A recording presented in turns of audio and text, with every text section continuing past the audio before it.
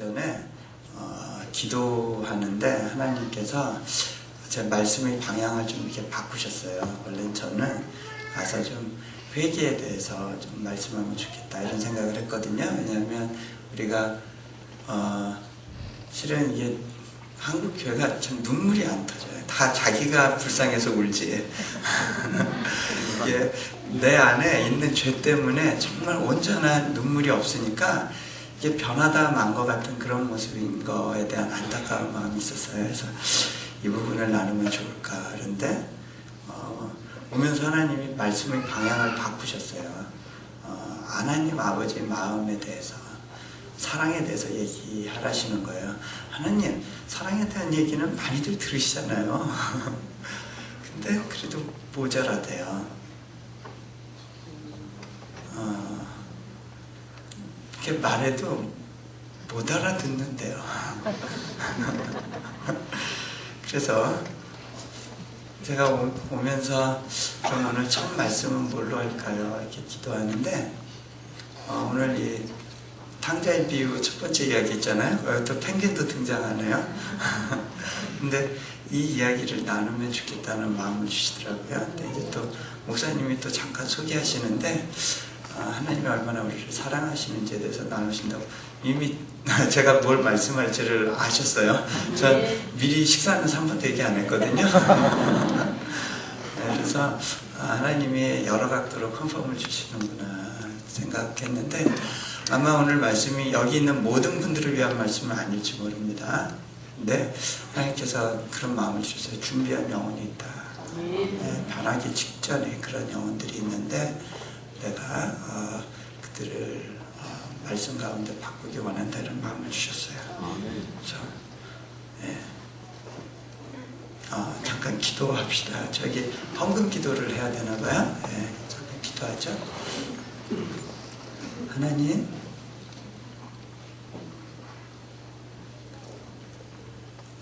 그렇습니다. 우리는 귀가 막혀 있어서 주님이 아무리 우리에게 말씀하셔도 듣지 못하는 경우가 많습니다. 하나님, 이 시간에 우리 귀에 막힌 것들을 뚫어주시고 마음에 닫혀있는 부분들을 열어주셔서 주여, 주님이 말씀으로 우리 안에 들어오실 때 우리가 그 말씀을 온전히 담기 원합니다. 하나님, 은혜가 감사해서 헌금을 했습니다. 주님, 이렇게 주님께 드릴 것이 있어서 감사하고 드릴 수 있는 마음을 주셔서 감사합니다. 그렇습니다. 우리가 주님께 드릴 수 있는 것이 우리의 가장 큰 복입니다. 감사하며 우리 주 예수 그리스도 이름으로 기도드렸습니다. 아멘. 누가복음 15장에 있는 말씀인데요. 안 찾으셔도 되고요. 제가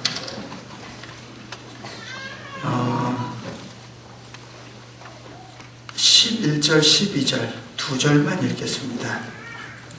또 이르시되 어떤 사람에게 두 아들이 있는데 그 둘째가 아비에게 말하되 아버지여 재산 중에서 내게 돌아올 분깃을 내게 주소서 하는지라 아비가 그 살림을 각각 나눠 주었더니. 아멘. 제가 가진 성경이 여러분 갖고 계신 버전하고 같은가요? 자, 다음에는 좀 체크를 해야 될 텐데 교회마다 쓰는 버전이 달라서 자,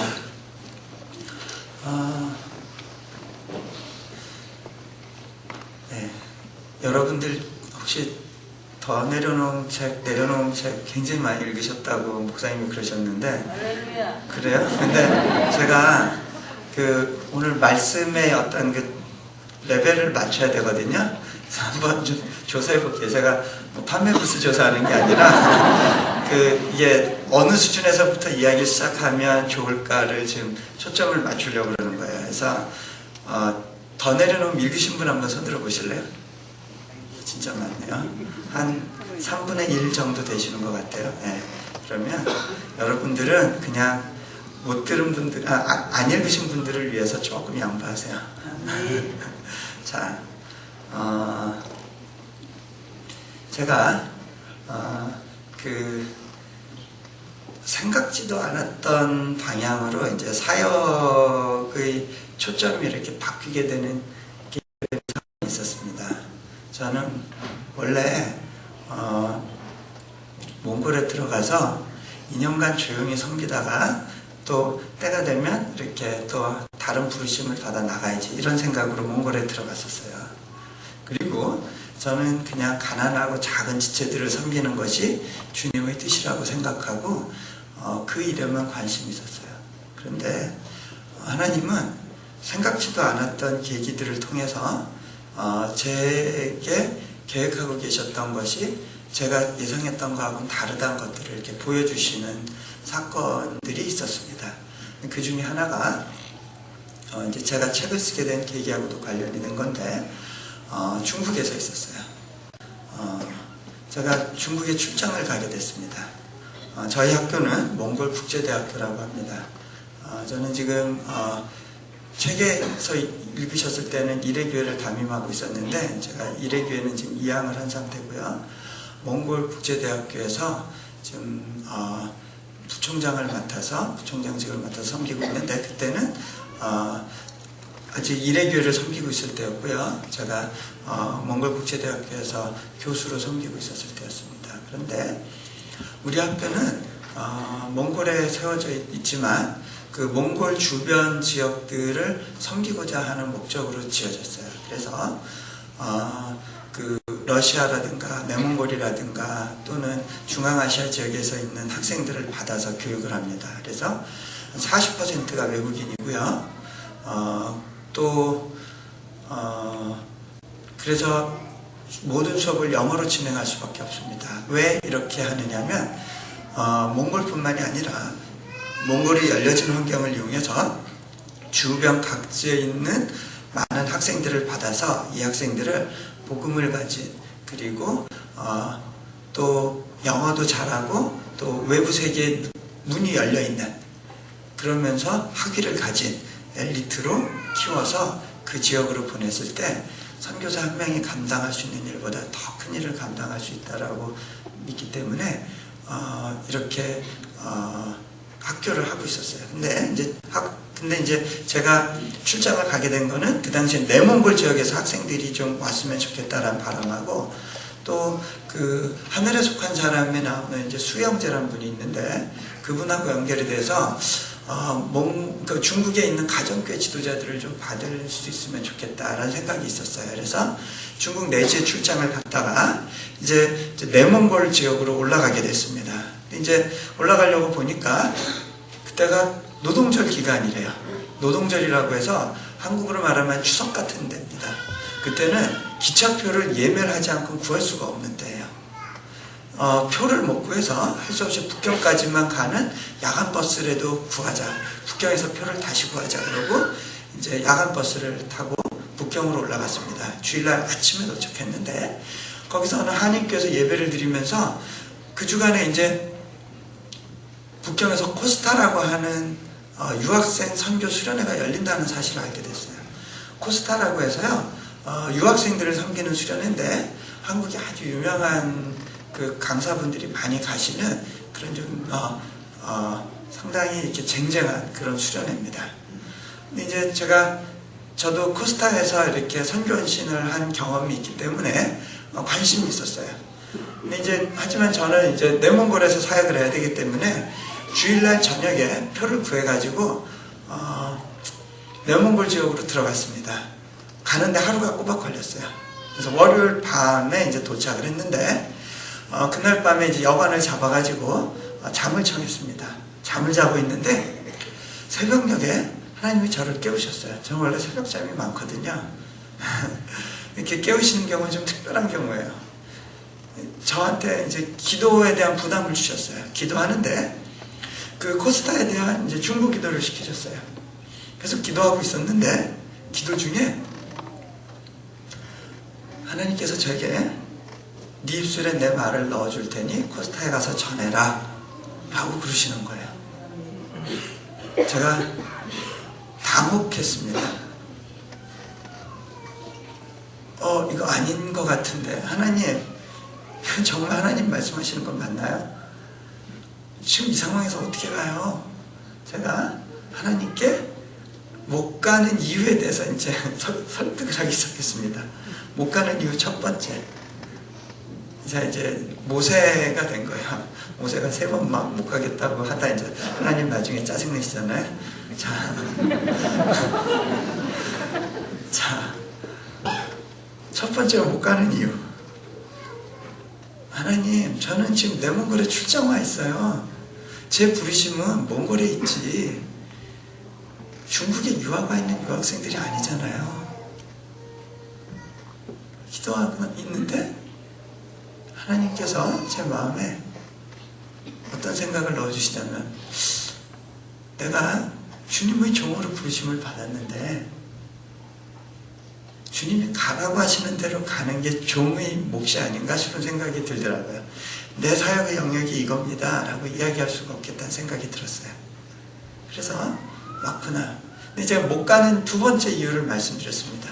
하나님, 표를 구할 수 없습니다. 저 여기까지 오는데 하루 걸렸어요. 기차 3번 갈아타야 오면 됩니다. 다시 돌아가려면 또 기차를 3번 갈아타야 되는데 연결편이 제대로 있는지도 모르겠어요. 더군다나 제가 그때가 기도할 때가 화요일 아침이었거든요. 일을 대강이라도 끝내고 가려면 수요일 아침에 출발해야 되는데 코스타는 금요일 오전에 다 끝납니다. 근데 수요일날 오전에 출발해서 기차표가 다 있고 연결편이 있다는 전제하에 목요일 아침에 도착합니다. 그런데 표가 없으면요, 금요일 다 끝나고 도착하게 돼 있어요. 하나님, 표가 없어요. 갈 수가 없습니다. 그런데 하나님이 또 계속 제 마음에 부담을 주시는 거예요. 기도하다 생각해 보니까 하나님이 가라 그러시면 표 정도는 구해주시겠다는 생각이 들었어요. 그렇죠? 네. 그치, 표는 주시겠지. 이제 제 안에 숨겨놨던 진짜 못 가는 이유를 댔습니다. 하나님, 진짜 안 돼요. 뭐냐면, 자, 생각해 보세요. 코스타는요, 한국에서도 성공했다라고 하는 좀 유명하고 잘 알려진 분들이 가는데요. 저는 그때 몽골 선교간 지 1년도 안 돼 초짜 선교사였습니다. 전혀 알려지지 않은 무명의 선교사예요. 그때만 해도 지금보다 더 젊었어요. 머리도 더 까맣고. 그때만 해도 동안이었는데. 자, 근데 제가 가서 하나님이 제게 말씀을 전하랍니다. 그러면 저 어떻게 되겠습니까? 저 바보 되고 싶지 않습니다. 거기다가 코스타는 한 3, 4개월 전에 이미 그 강사 섭외가 다 끝나요. 말씀 시간 잘 지키기로 정확하게 지키기로 유명한 데예요. 말씀 시간 한 5분, 10분 넘어가잖아요. 마이크 그냥 꺼버려요. 그런데 이제 아는데 순서에도 없는데 제가 가서 시간 달라고 그러면 뭐가 되겠어요? 하나님, 저 바보 되고 싶지 않습니다. 그런데 계속해서 마음에 부담이 오는 거예요. 제가 그래서 할 수 없이 기도했습니다. 이렇게, 하나님, 그러면 오늘 중으로 일이 빨리 끝나고 또 같이 동행한 교수님이 제게 승낙해주고 그렇게 하면 제가 내일 아침에 출발합니다. 그런데요, 조건이 있습니다. 저는 코스타가 열리는 현장까지는 순종해서 가겠습니다. 하지만 제 입으로 말씀 전하러 왔다는 얘기 못합니다. 거기까지입니다. 그날 이제 대강 빨리 끝났고요. 그 동행한 교수님이 우리 좀 진로를 바꿉시다. 다시 국경으로 돌아가죠. 허락을 해줬어요. 그래서 다음날 아침 일찍 기차역에 갔습니다. 마침 표가 있었어요. 그렇게 하고 다음 구간 연결편이 또 있었어요. 그 다음 구간 진짜 표 구하기 어려운 구간, 줄도 길고 그랬는데 어떻게 극적으로 침대 칸을 얻었어요. 그 표 주는 사람도 이게 왜 표가 지금까지 있지? 그러는 거예요. 그러고서 다음날 아침에, 목요일 아침에 북경에 도착해서 코스타가 열린 현장까지 택시 타고 갔습니다. 가서 이제 임무 다 끝났죠? 그냥 호텔 로비에 가만히 앉아 있었습니다. 그런데 그때 마침 한 목사님하고 인사를 했는데 제가 아는 분이었어요. 이분이 북경의 그 한인교회 목사님인데요. 이 코스타 총진행을 맡고 계신 분인데 제가 그 지난해 북경 갔을 때 만나서 인사하고 교제했던 분이에요. 이분 그 선교 비전이 실크로드 선교거든요. 근데 제가 중국을 넘어서 실크로드로. 그런데 제가 전공 분야가 그쪽이었었다는 얘기를 했더니 이분이 막 가슴이 뜨거워지면서 내가 드디어 이제 임자를 만났다 그러면서 좋아하면서 우리 교제하자라고 그렇게 하셨던 적이 있었거든요. 그러고서는 이제 제가 몽골 갔는데 이번에 코스타 그 자리에서 만난 거예요. 이분이 강사 모임인데 좀 가서 얘기 좀 하자고 가서 이렇게 얘기하는데 마침 그때 저한테 10분간 좀 이렇게 자기 소개를 해달래요. 그래서 강사분들 모인 자리에서 마침 그때 강사분들이 집회 안 가고 거기다 모여 계시더라고요. 설명을 하는데 그 자리에 김우영 감독이라고 혹시 아세요? 몰라요? 네. 팔복 그 작품도 찍으시고 그런 분이 있으시죠? 최근에 하늘의 언어 책도 쓰시고 이제 이분이 그때 코스타를 처음으로 오신 거예요. 그리고 또 규장 출판사 사장님이 오셨어요. 그분들이 거기서 이제 저를 만난 게 계기가 돼서 이제 몽골에 오시게 되고 그때 책을 써달라는 제안을 해주셔서 그때 이제 그땐 마음이 안 동했는데 하나님이 이렇게 제 마음문을 열어주셔서 책을 쓰게 되고 그러면서 이제 제 사역의 방향이 바뀌어서 오늘 이제 여러분까지 이제 뵙게 됐는데요. 그런데 제가 말씀드리려고 하는 요지는 이제 그때 한 강사분이 1시간 자기 시간 중에 30분을 떼서 이용규 선교사 좀 말씀 시간에 세우면 좋겠다라고 요청을 한 거예요. 그래서 제가 30분 시간을 얻었어요. 코스타 역사상 초대받지 않고 말씀을 전할 첫 번째 케이스가 됐습니다. 하나님이 말씀하신 대로 됐어요. 제가 앞에 딱 나서서 거기 모여있는 사람들을 딱 보면서 한심한 거예요.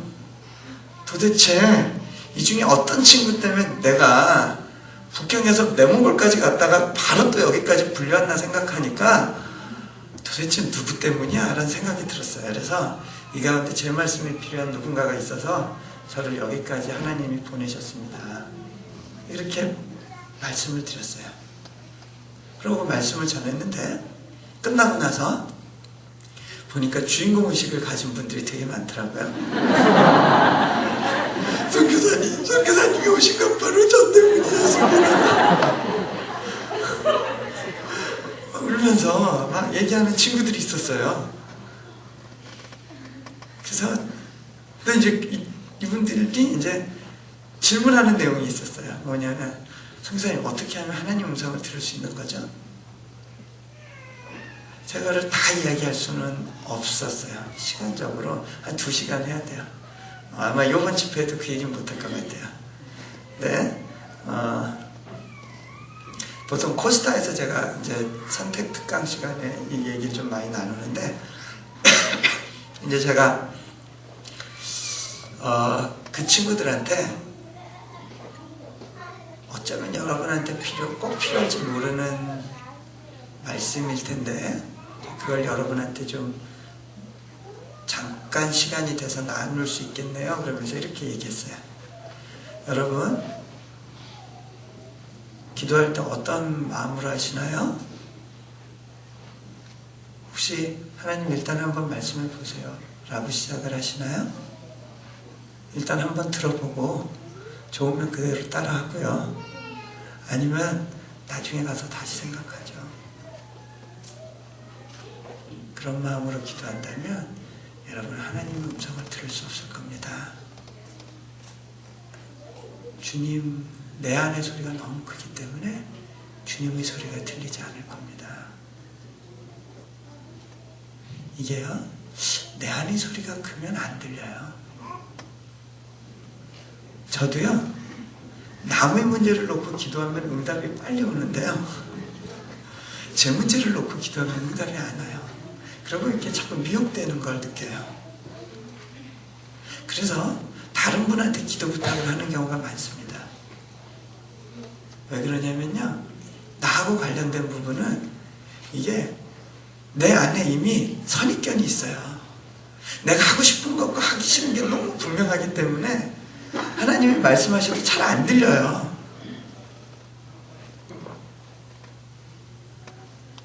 우리 여기 그 결혼 안 한 젊은 지체들 기도하지 않나요? 모든 것은 주 뜻대로 그러는데 속으로 뭐라 그래요? 결혼만은 내 뜻대로. 안 그래요? 하나님 믿는 사람 중에 고르라고요? 하나님 우리 교회 애들을 봐도요 제대로 된 애들 별로 없어요. 남자들 중에 좀 괜찮다 싶으면 이미 임자가 있고요. 내 마음에 드는 스타일이 아니에요. 좀 밖에서 좀 구하면 안 될까요? 하나님이 보시기에 좋은 것 같고는 안 되고요. 내 안에 확신이 있어야 돼. 내 안에 내가 보고 좋아야 되는 거예요. 그쵸? 하나님이 말씀하시려고 해도요 안 들려요. 주님의 말씀을 들으려면 조건이 있습니다. 먼저 순종하겠다는 결단이 필요해요. 주님 말씀해 주십시오. 제가 100% 순종하겠습니다.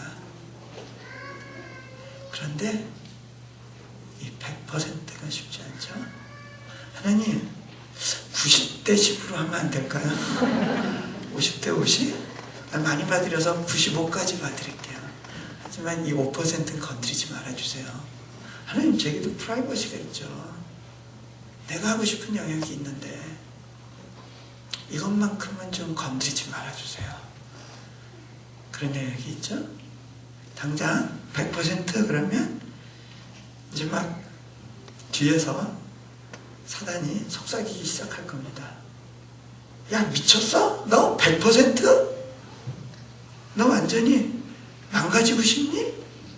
너 만약에 하나님 100% 순종하겠습니다 라고 고백하는 그 순간에 하나님이 너한테 그래 너 잘됐다. 이게 몽골에 너 이용기 선교사 따라가라. 그러시면 어떡할래? 여러분 웃으시는데 저는 뭐 아무나 받는 줄 아십니까? 저도 상당히 가려봤습니다.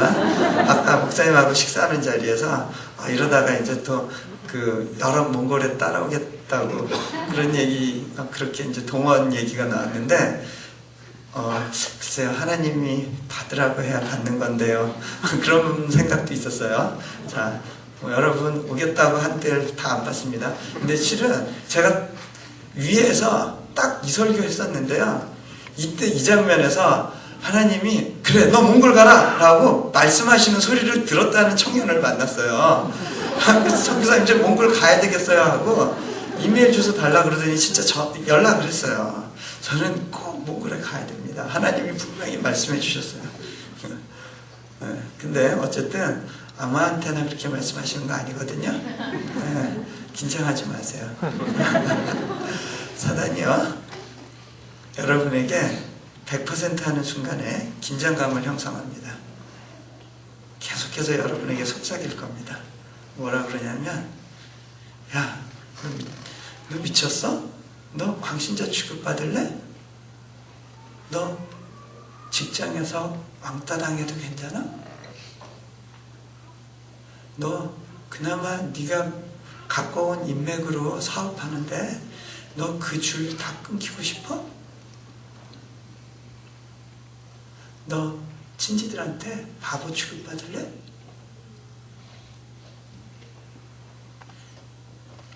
사단이 이야기합니다. 자,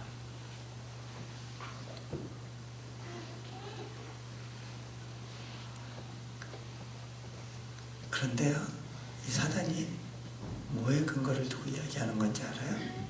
여러분 안에 있는 하나님에 대한 오해예요. 하나님은 내가 하기 싫어하는 일을 억지로 시키시는 분이야. 내가 재미있는 걸 누리는 걸 좋아하시지 않아. 하나님께 내 인생을 걸면 내가 지금 누리고 있는 것들을 다 빼앗길지 몰라.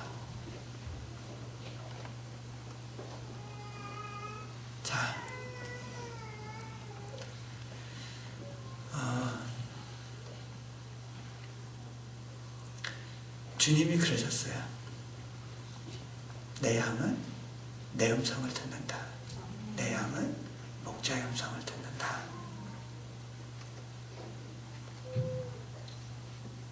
여러분이 주님의 자녀라면 주님의 음성을 들어야 돼요. 자, 트랜지스터 라디오를 놔보세요. 먼저 여러분들 이 안에 지금 전파가 흘러요, 안 흘러요? 라디오 전파 어떻게 알아요? 보셨어요? 봤는데 보지도 않았는데 어떻게 알아요? 어떻게 알아요? 트랜지스터 라디오를 켜보면 알죠? 그죠? 주파수가 잡히면 그러면 라디오 소리가 잡히잖아요. 여러분이 못 듣는 이유 중에 하나는요, 주님하고 주파수가 안 맞아서 그래요. 주님 말씀을 안 하시는 게 아니에요.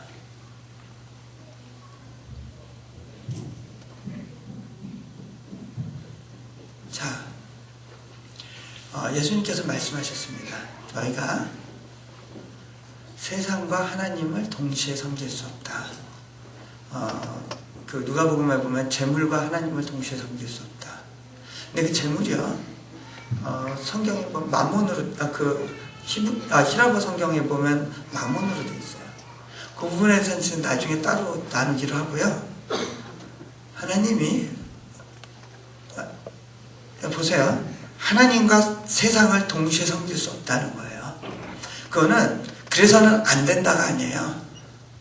원초적으로 불가능하다는 얘기예요. 근본적으로 안 되는 거예요. 그런데 우리는요, 두 개를 다 잡고 싶어요. 그렇죠? 한 손엔 하나님, 한 손엔 세상. 그래서 세상에서도 아주 멋있게 성공하고 드러나고 싶고, 또 하나님도 잡고 싶고. 하나님을 잡는데 그 진짜 이유는 세상에서 성공하기 위해서. 그렇지 않나요? 그래서 우리는 많은 부분 기도할 때 이렇게 기도합니다. 하나님, 내가 40일 특별 새벽기도 안 빠질 테니까 우리 자녀 대학 입시 문제 책임져 주세요. 조건을 달고 거래하죠? 그죠? 그리고 하나님,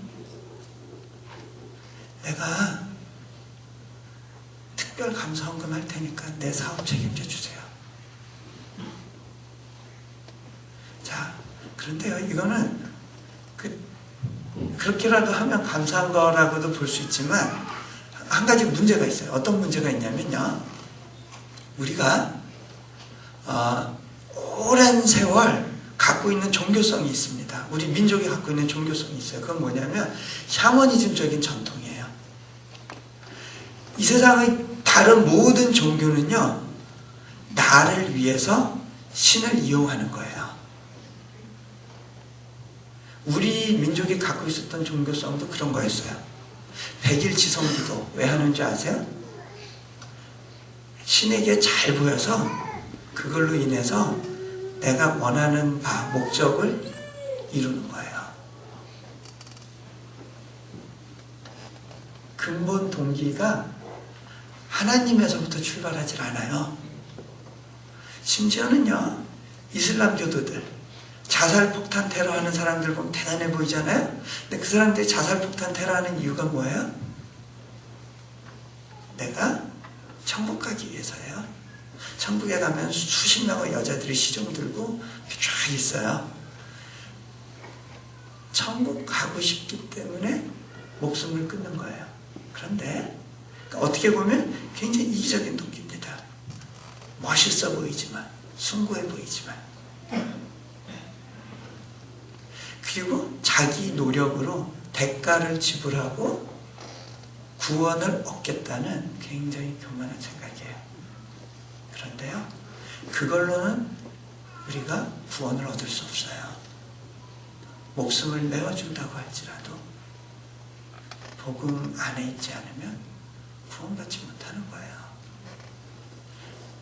하나님의 눈으로 보면요, 그 모든 행위가 얼마나 교만한 행위인지 몰라요. 한번 보세요. 라마 불교도들 라사라고 하는 그 티베트의 그 성지에 10몇 킬로 되는 구간을 완전히 엎드리면서 그렇게 하면서 가요. 그 길은 해발고도가 너무 높아서 그냥 서서 천천히 걸어도 숨이 가쁜 지역이에요. 그 엄청난 일을 다 까지면서 막 온몸이 다 피투성이가 되면서 그 일을 해요. 멋있어 보이지만요, 주님의 눈으로 보면 지극히 교만한 행위예요. 노력으로 구원을 살려는 거죠.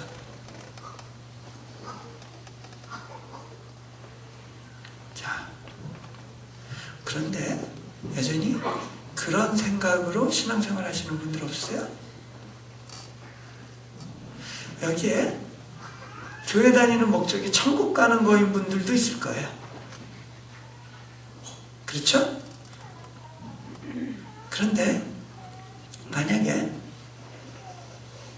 여러분이 가고 싶은 천국, 하나님이 그곳을 만들어 놓으셨는데 그곳에 하나님이 계시지 않는다면 여러분 그곳에 가시겠어요? 아니면 하나님이 아주 누추하고 가난한 곳에 있으시다면 그곳으로 가시겠어요? 여러분의 신앙생활의 목표가 무엇입니까? 잘 생각해 보세요. 하나님의 얼굴을 구하고 계십니까? 하나님의 손에 들려있는 축복을 구하고 계십니까? 이 간격은 굉장히 큰 거예요. 약간의 각도 차이인 것 같지만 그 간격은 굉장히 큽니다.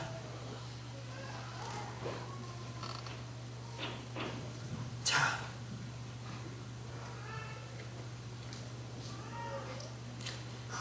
하나님의 음성을 듣는 기도는요, 내 의지를 죽이고 주님의 뜻을 온전히 구하는 겁니다. 마치 왜 우리가 보고서 쓸 때 하나님, 보통 우리가 하는 기도는 이런 기도죠. 하나님, 우리가 이번에 집회를 계획했습니다. 날짜도 다 잡았고요. 하나님, 이번에 오시는 강사님한테 능력을 더해 주시고 많은 집회에 많은 사람들이 참석하게 해주시고, 그 다음에 이제 또 아무런 오고 가는데 사고 없게 해주시고, 이렇게 1, 2, 3, 4, 5 쭉 나가죠. 우리가 리스트를 제시합니다. 그 기도가 잘못됐다는 건 아니에요. 우리가 익숙한 기도인데 그거는 우리가 쭉 리스트를 적은 다음에 하나님 사인해 주세요 하는 그런 방식입니다. 그런데 우리가 듣는 기도는 좀 다른 겁니다.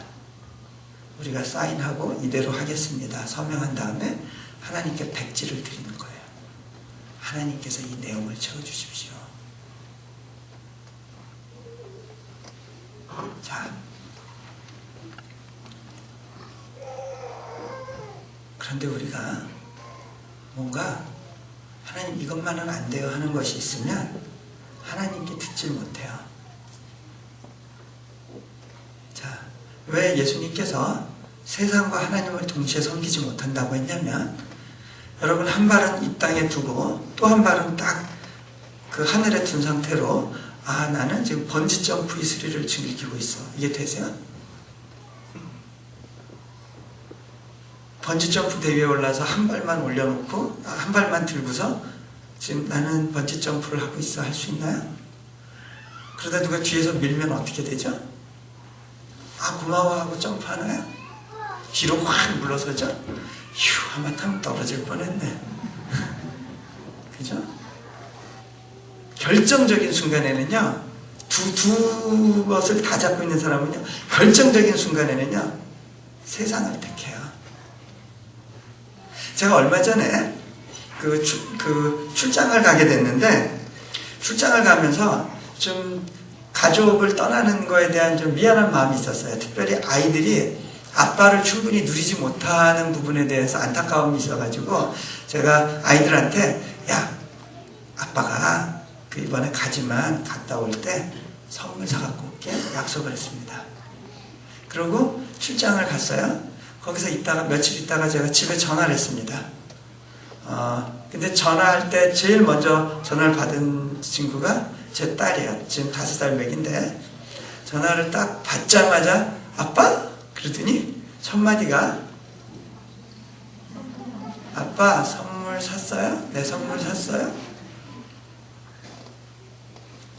제가 아빠에 대해서 아빠 반가워요, 아빠 사랑해요 이런 말이 먼저 나오길 기대했는데 아니더라고요. 네, 그래가지고 제가 서운해서 딸한테 물어봤습니다. 서연아, 너 아빠가 좋으니 선물이 좋으니? 그랬더니 선물.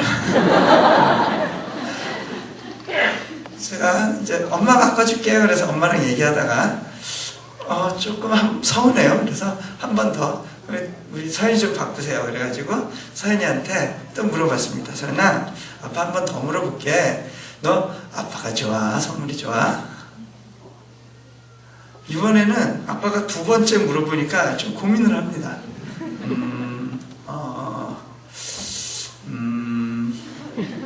선물. 저는 선물하고 경쟁해서 졌어요. 근데요, 제가 곰곰이 생각해 봤어요. 이게 주는 교훈이 있더라고요. 서연이가요, 모르는 게 있었어요. 아빠와 선물은 비교 대상이 아니에요. 아빠만 가지면 얘는 모든 걸 다 가지는 거예요.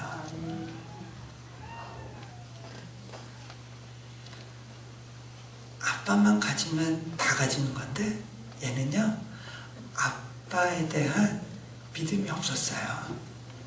아빠는 내가 원하는 것을 다 주실 수 있는 분이야 라는 거에 대한 믿음이 없었기 때문에 일단은 자기가 원하는 그 선물에 묶여서 아빠를 선택할 수 없는 거예요. 자, 아빠가 선물을 뺏기 위해서 아빠가 좋아, 선물이 좋아라고 물어본 게 아니잖아요. 아빠는 이미 선물 사기로 결정을 했는데 아빠가 결정했으면 사갖고 가는 거죠. 자, 그런데요, 제가 아이를 키우면서 경험하는 게 있습니다. 아이들은 아빠에 대해서 늘 의심해요. 오해해요. 제가 제 아들 동현이한테 아무리 사랑한다고 얘기를 해줘도요, 동현아, 너는 네가 아무리 공부를 못하고 아무리 나쁜 아이가 되더라도 아빠는 여전히 동현이를 사랑해. 그렇게 얘기를 해주면 그때 잠깐은 이렇게 해피해하는데 또 잊어버려요. 그래서 제가 한 번은 동현이한테, 동현아, 아빠가 너 사랑한다는 말 많이 하잖아. 그랬더니 아니래요. 자기는 별로 몇 번 못 들어봤대요. 동현아, 아빠가 너 사랑하는 거 너 몰라? 근데 어떤 땐 모르겠대요. 자, 우리는요, 기본적으로 아빠에 대해서 오해합니다. 그걸 다 받아들일 수가 없어요. 우리가 애들 키워보셔서 아시잖아요. 그죠? 다 받아들이든가요? 제가 그 아버님하고 조금 대학 다닐 때 좀 많이 힘든 시간이 있었어요. 그때 이제 아버지는 공무원이었기 때문에 제가 막 이렇게 그 시국에 대해서 막 예민한 발언하고 그러면 막 아버지도 막 그거 가지고 아들하고 긴장관계가 형성되고 그런 시간들이 많이 있었어요.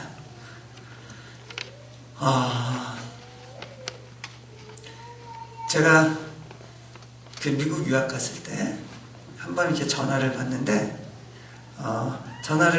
집에서 전화 가서 전화를 받고서 끊었는데 제 아내가 그러는 거예요. 여보, 당신 전화하는 톤을 들어보면 당신 지금 어머님하고 전화하는지 아버님하고 전화하는지 바로 알 수 있어요.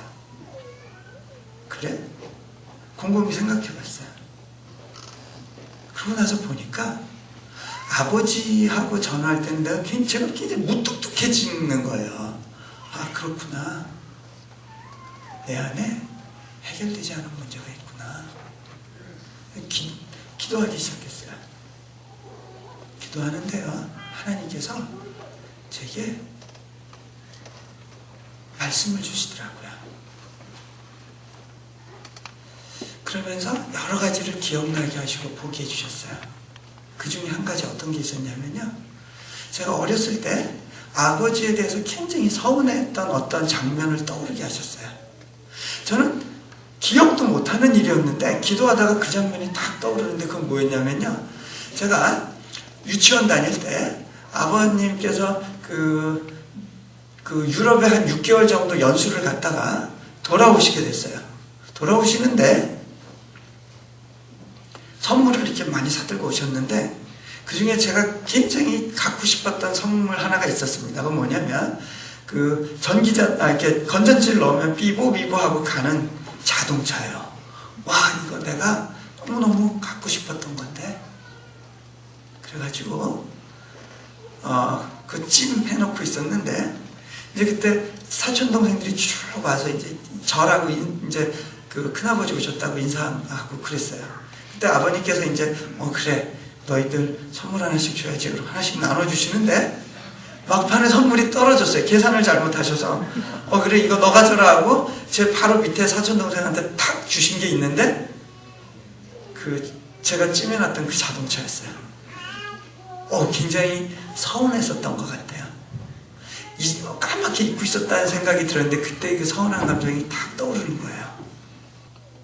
아, 그렇구나. 그냥 아버지에 대한 상처가요, 쉽게 안 없어지더라고요. 잠재의식 속에 남아있는 걸 하나님이 보여주신 거예요. 그래서 제가 이 부분을 어떻게 해야 되는지 한참을 실험을 했어요.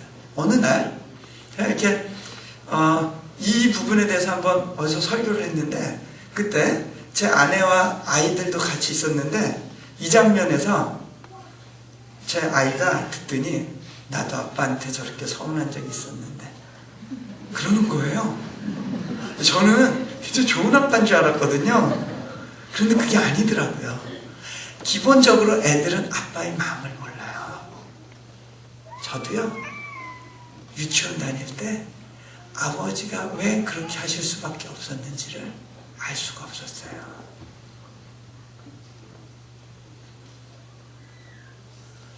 자, 한 번은요, 제 아이가요,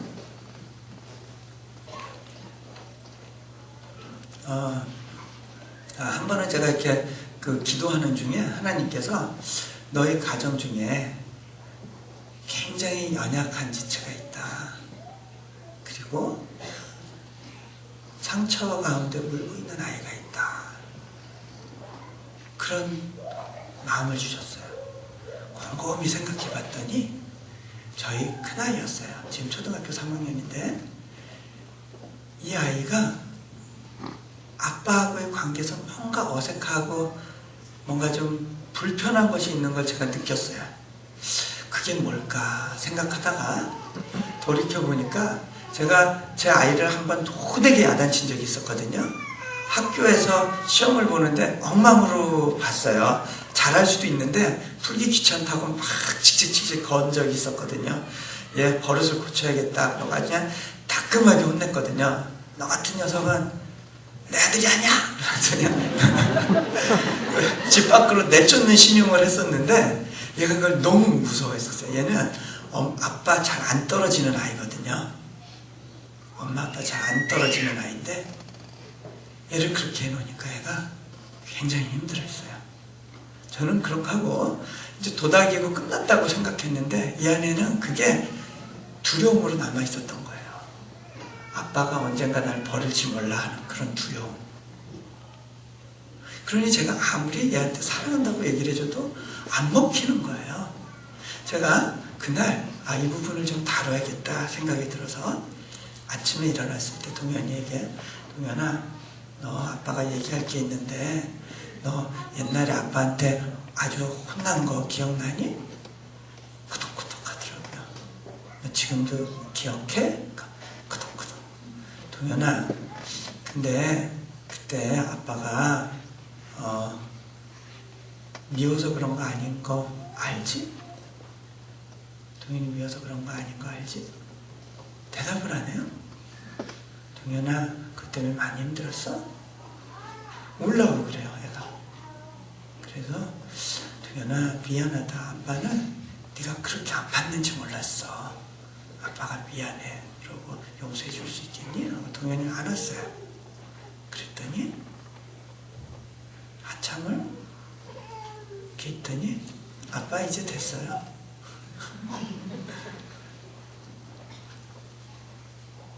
이제 괜찮아요. 그러더라고요. 그러고 며칠 있다가 와서 물구멍이 저를 쳐다보는 거예요. 동현아, 왜? 너 아빠한테 뭐 부탁할 거 있구나? 그랬더니 동현이가 아니요, 그냥 아빠가 보고 싶어서 왔어요. 그러는 거예요. 제가 그 말이 너무 고마워서 동현이를 안고 침대에서 뒹굴뒹굴 했습니다. 아빠랑 그래 놀자. 그러고 나서 또 며칠 있다가 제가 하나님께 기도하려고 했는데 그때 제가 몸이 많이 지쳐 있었고 이렇게 하나님이 굉장히 멀게 느껴졌었어요. 하나님의 사랑이 느껴지지 않는 거예요. 그래가지고 어떡하나 그러고서는 기도를 하려고 집중하고 있었는데 그때 문득 제게 아빠, 그냥 아빠가 보고 싶어서 왔어요. 그 말이 떠오르는 거예요. 그래서 제가 의자에서 이렇게 바닥에 내려앉아가지고요. 옆으로 모로 누운 다음에 아빠가 보고 싶어요. 그냥 그렇게 얘기했어요. 그랬더니 아빠가 보고 싶어요. 그 순간 하나님이 너무 나를 기뻐하시며 안으신다는 느낌이 오는 거예요. 저는 그때 동현이가 됐어요. 그래서 그 아빠를 껴안고 그렇게 오랜 시간을 있었어요. 더 말도 필요 없었어요. 그냥 그 자리에 그렇게 있었어요. 이것이 우리 아버지의 모습이에요. 그런데 우리가 육신의 아버지에 대한 상처가 있으면요, 하나님의 사랑을 이해하는 데 굉장한 장애가 됩니다. 아버지를, 그러니까 예를 들어서 아버지가 굉장히 엄한 분이거나, 그래서 또 이렇게 맏딸분들 있죠? 맏딸들은 아빠한테 뭐 갖고 싶은 게 있어도 참 말도 못하고 속으로만 앓고 있잖아요. 그죠? 늘 양보하고, 그냥 됐어요. 그러고, 그죠? 근데, 이렇게 그런 분들 보면 하나님하고의 관계에서도 참 그렇게 반응을 하더라고요. 됐어요, 하나님. 정말 자기 원하는 거 못 구해요. 양보하는데 속으로는 좀 섭섭하고 서운해요. 알아서 해주세요, 그러는데 늘 한켠에 그래, 나는 항상 2인자야 3인자야 이런 생각이 있어요. 첫 번째가 아니야. 아버지가 굉장히 엄격한 분들은요, 하나님 제가 100% 순종하겠습니다, 그 고백이 안 돼요.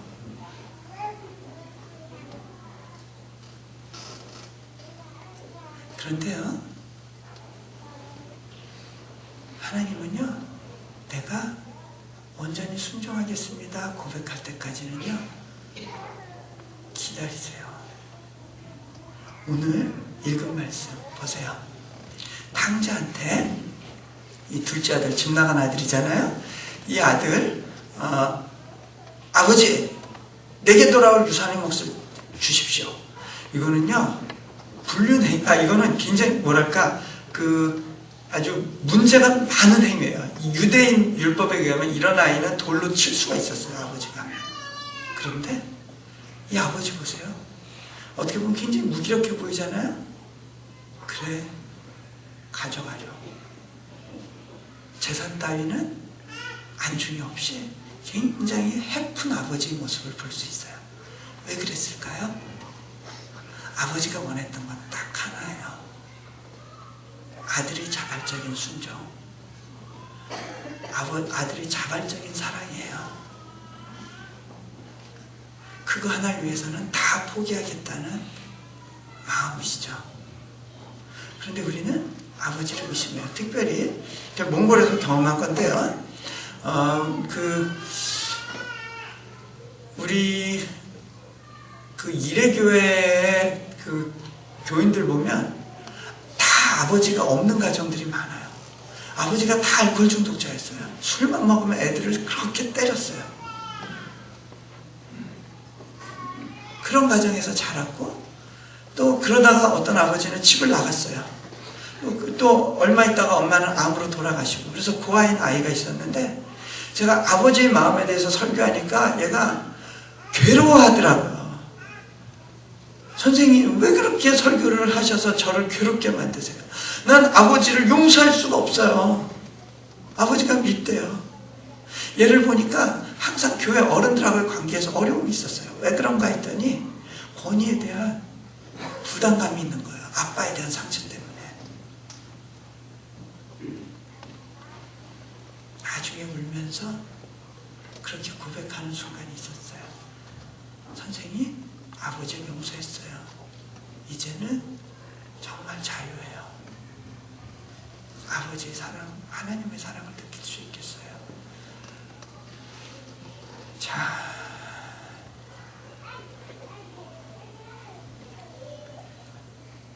아버지의 사랑이 어떤 사랑인가?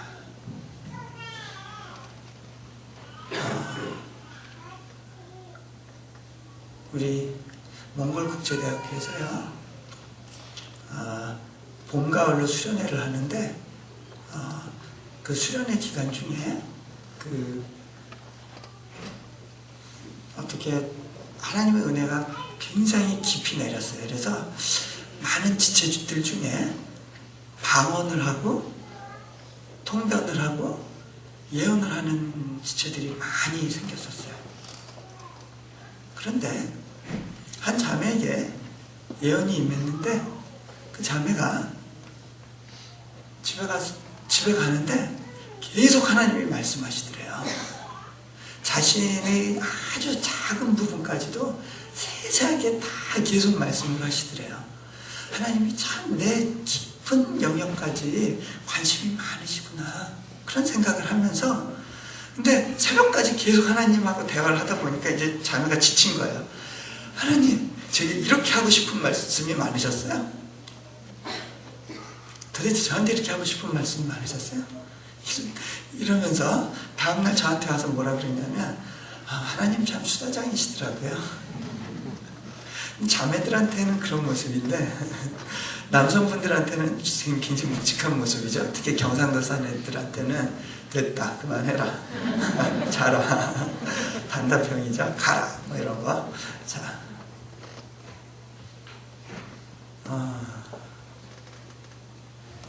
근데요, 그때 그 대언의 말씀이 터진 자매들에게 있어서 첫 번째로 오는 말씀이 뭐냐면, 내가 너를 얼마나 사랑하는지 아니? 내가 너를 얼마나 사랑하는지 아니? 너를 위해서라면 1000번이라도 이야기할 수 있어. 주님이요, 지금도 우리에게 내가 너를 너무나 사랑한다, 그 불같은 사랑을 말씀을 하시는데 우리가 못 듣는 거예요. 그 말씀이 임하니까 어떤 일이 생기냐면요, 다들 꼬꾸라져서 통곡하면서 흐느끼는 거예요. 아니, 몽골에 선교사로 올 정도면 다 하나님 사랑을 경험했잖아요. 그죠? 하나님 사랑을 다 누리고 그거를 확인하고 온 사람들인데, 이 사람들에게 내가 너를 너무나 사랑한다라고 말씀하셨을 때 그 말씀에 다 통곡하면서 우는 거예요. 그 자신의 입으로, 자신의 귀로 그 소리가 임하니까 견딜 수 없어서 우는 거예요.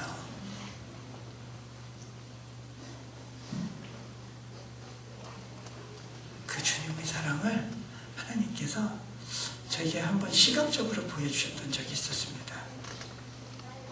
그건 언제냐면요, 제가 미국에 이제 집회에 갔다가 문득 그때 TV를 보면 좋겠다는 마음이 들었어요. 그래서 TV를 켰는데 채널을 돌리다 보니까 디스커버리 채널이 있었어요. 그건 뭐냐면 이렇게 뭐 동물 이야기, 모험, 탐험, 뭐 그 자연 관찰 뭐 이런 거 다큐멘터리 하는 그런 방송입니다. 근데 거기서 마침 어떤 프로를 하고 있었냐면 그 엠퍼러 펭귄, 황제 펭귄에 대한 이야기를 하고 있었어요.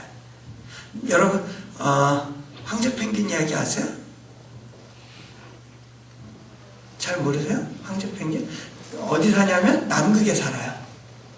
근데 이 황제 펭귄은 특징이 뭐냐면 알을 암컷이 나면 그걸 누가 돌보냐면 수컷이 돌봐요.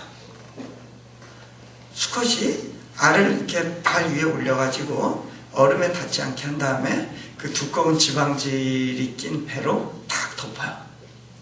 그렇게 해서 알을 품고 거기서 새끼가 나오면 그 새끼를 여전히 추위에서 보호하기 위해서 그렇게 지방으로 덮어서 품으면서 자기 뱃속에 있는 먹이를 조금씩 꺼내서 이렇게 먹여요.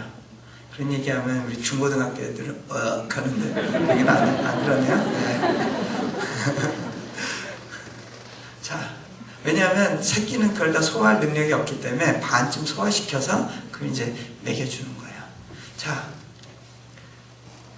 왜 수컷이 새끼를 돌보냐면 남극의 겨울이 너무 길고 춥기 때문에 이 수컷이 아니면 그 힘이 센 존재가 새끼를 돌보지 않으면 안 돼요. 바람이 불면요, 바람이 너무 매섭고 춥습니다. 특히 겨울밤은 굉장히 추워요. 그러니까 이 펭귄들이 이렇게 모여서 서로 열로 보호를 하면서 새끼를 돌보는데 맨 가장자리에 있는 수컷들은 직접 바람을 맞기 때문에 상당히 위험합니다. 그래서 안으로 들어가려고 하는데 약한 놈은 힘을 못 쓰고요. 그 추위를 많이 맞으면, 그 바람을 많이 맞으면 결국 얼어버려요. 그런데 수컷이 얼면 새끼도 같이 얼어서 죽습니다.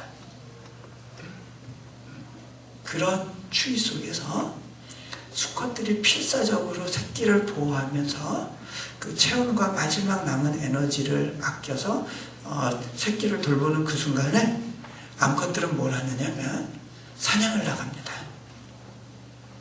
바닷속에 나가서 물고기를 물어가지고 배 가득 채워가지고 돌아와서 새끼를 먹이는 거예요. 자, 그런데 이제 어미 펭귄들이 사냥을 해가지고 물 위에 탁 튀어오르는데 그 천적들이 있습니다. 뭐냐면 바다표범이에요. 제가 그 다큐멘터리를 보고 있었는데 어느 어미 펭귄이 탁 올라오는데 표범이 확 달려들어가지고 어깨 축지를 물었어요. 저거 죽었구나 싶었는데 펭귄이 파닥파닥파닥 하더니 어깨 축지가 좀 찢어지면서 이빨이 약간 벌어졌는지 피쉬 미끄러져서 저리로 도망간 거예요. 그 표범이 그 펭귄을 잡으러 가다가 보니까 다른 펭귄이 솟아오르니까 그 펭귄을 확 물었습니다. 그리고 그 펭귄을 문 상태로 바닷속으로 들어갔어요. 다른 펭귄들은 놀래가지고 막 튀어오른 다음에 정신없이 다 자기 군락지로 도망을 갔습니다. 카메라가 그 그 어미 펭귄, 피 흘리는 어미 펭귄을 클로즈업 시켰는데 그 펭귄이 정신을 차리더니 이제 하염없이 띠뚱띠뚱 걷기 시작합니다. 그런데 상처 때문에 제대로 걷질 못해요. 피가 뚝뚝뚝뚝 해서 떨어집니다. 그 새하얀 눈판에 얼음에 뚝뚝 빨간 피가 떨어져요. 그런데 이 어미 펭귄은 자기 상처를 돌아보지도 않고 정신없이 띠뚱띠뚱 걸어가기 시작합니다. 그러다가 힘에 겨우니까 배를 땅에 대고 발로 이렇게 밀면서 가는 거예요. 어디로 가고 있었을까요? 자기 새끼가 기다리는 곳으로. 자기 상처보다 더 급한 게 새끼의 먹이에요. 그래서 이 새끼들이 잔뜩 모여있는 곳에 오니까 찍찍찍찍찍 하고 막 굉장히 많이들 돌아다니는데, 제가 보니까 그 수천 수만 마리의 새끼 펭귄들이 다 똑같이 생겼어요. 어떻게 저기서 지 새끼를 찾나 봤더니 끽끽 소리를 내는 거예요. 그랬더니 새끼 펭귄이 또 어디서 하나가 끽끽 하면서 어미 펭귄을 찾아오는 거예요. 막 정신없이 막 엄마를 찾아와요. 그러니까 이 어미 펭귄이 막 다른 새끼들을 제치면서 막 달려옵니다. 그러더니 이 새끼를 덥석 안아요. 그러고 제일 먼저 뭘 하는 줄 아세요? 뱃속에서 먹을 거 꺼내가지고 그거를 먹이고 있는 거예요. 자신이 아픈 걸 돌아보지 않고 새끼를 살리기 위한 일념으로 그 길을 걸어왔습니다. 제가 그걸 보고 있는데 이것이 주님의 사랑이다라는 생각이 오는 거예요. 그 새끼는 엄마를 알아보잖아요. 내 양은 내 음성을 듣는다. 새끼가 굶고 있는 것이 엄마는 상처에 피 흘리는 것보다 더 커보였던 거예요. 그런데 누가 그 마음을 만드셨어요? 하나님이잖아요. 하나님. 아버지를 가지면 다 가진 거예요. 그런데 우리는요, 자꾸 다른 것들을 찾아요. 다른 것들로 나를 만족시키려고 해요. 다른 사람들의 인정, 돈, 노후 대책. 여러분이 일을 하면서 하나님의 영광을 위해서 한다고 하는데 정말 하나님의 영광을 위해서 한 거예요? 아니면 나를 위해서 한 거예요?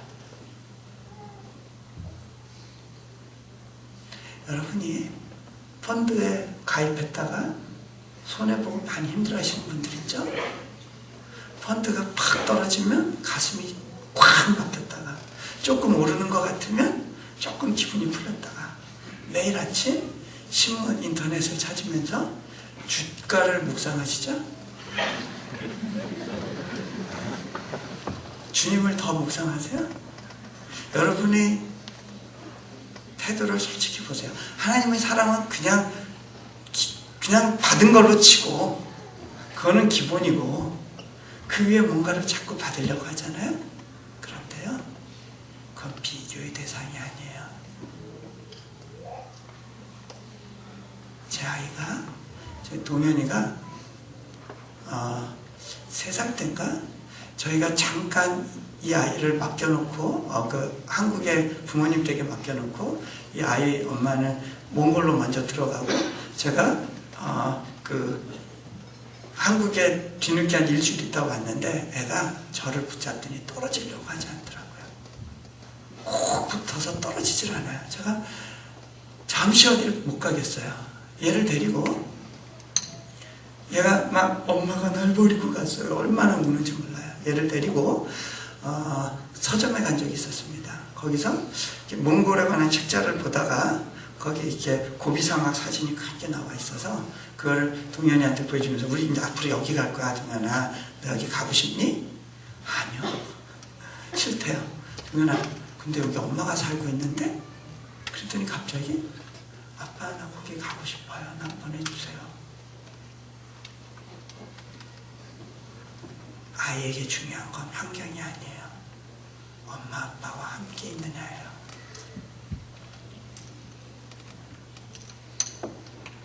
자, 여러분은 지금 누굴 보고 있습니까? 무엇을 보고 있습니까? 같이 기도하면 좋겠는데요. 예, 누가 반주 좀 해주세요. 예. 자, 눈을 감으시고요. 제가 기도 인도를 좀 하겠습니다.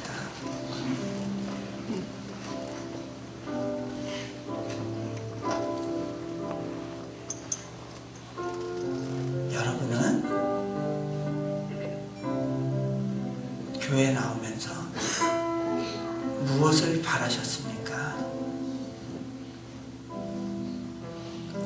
나의 평안, 나의 성공, 나의 안전이었습니까? 아니면 주님의 얼굴이었습니까? 주님을 추구했습니까? 아니면 주님의 손에 들고 계시는 그 선물을 바랐습니까? 여러분 안에 울고 있는 어린아이가 있습니다. 그런데 그 어린아이는요, 아버지의 사랑으로만 만족감을 얻습니다. 다른 어떤 것으로도 채울 수 없습니다. 그런데 우리는요, 커가면서 뭔가 다른 것으로 그 빈자리를 채우려고 합니다. 이성 간의 사랑으로, 돈으로, 명예로, 사역으로, 인정으로. 그런데 결코 그것들로는 채워지지 않는 빈 가슴이 우리 안에 있습니다. 아버지의 사랑으로만 채워지는 영역입니다. 그런데 우리가 그 사랑을 무시했습니다.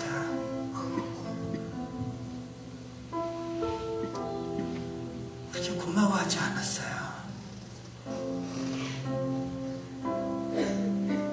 선물이 더 커 보였거든요.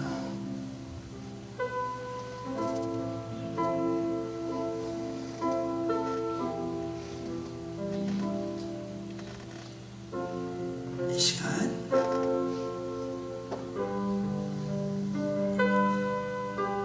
하나님께 여러분의 진짜 마음, 일주일 동안의 모습을 좀 솔직하게 열어 보이시지 않겠습니까? 여러분이 정말 고민하고 있던 게 무엇입니까? 정말 속상해하고 서운해하던 게 무엇이었습니까? 그것이 주님의 사랑보다 더 큰 거였나요?